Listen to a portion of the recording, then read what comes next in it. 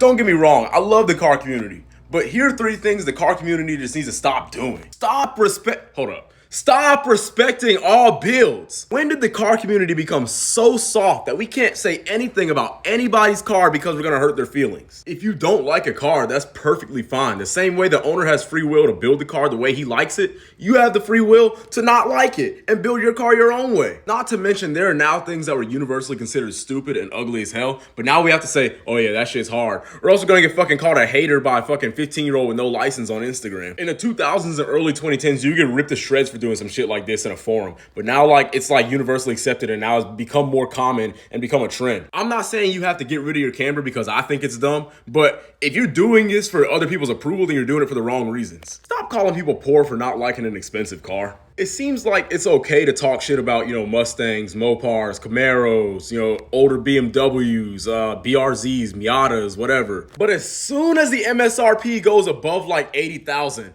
oh my God. I'm not a fan of these wide body arches on most supercars. Especially when the hardware is exposed like this and it's not molded into the body. But if I were to say that on Instagram, I'm getting called jealous, broke, poor, mad I don't have it, I'm hating. That's like saying I can't say that Kelly Osbourne is not my type because she has more money than me. The fuck? I can't believe I have to say this one, but there are too many abandoned and empty parking lots for y'all to be going to takeovers, man. Come on. Not only are you putting your own lives in danger, but you're putting spectators' lives in danger. You're blocking emergency vehicles from getting through. You're impeding regular traffic, which is just being a nuisance in general. And I get it. It's fun as shit to do donuts and burnouts. Like, who doesn't like doing that? But everyone who's been in the car community for longer than the past 3 years knows of an empty, abandoned parking lot somewhere near them where they can go do burnouts and donuts without bothering anybody. And it's funny to me because you never see these kinds of people at car meets. You never see these kinds of people at the track. You never see them at the drag strip. They're just always doing dumb shit like this in the street. If you can come up with one good reason, just one good reason,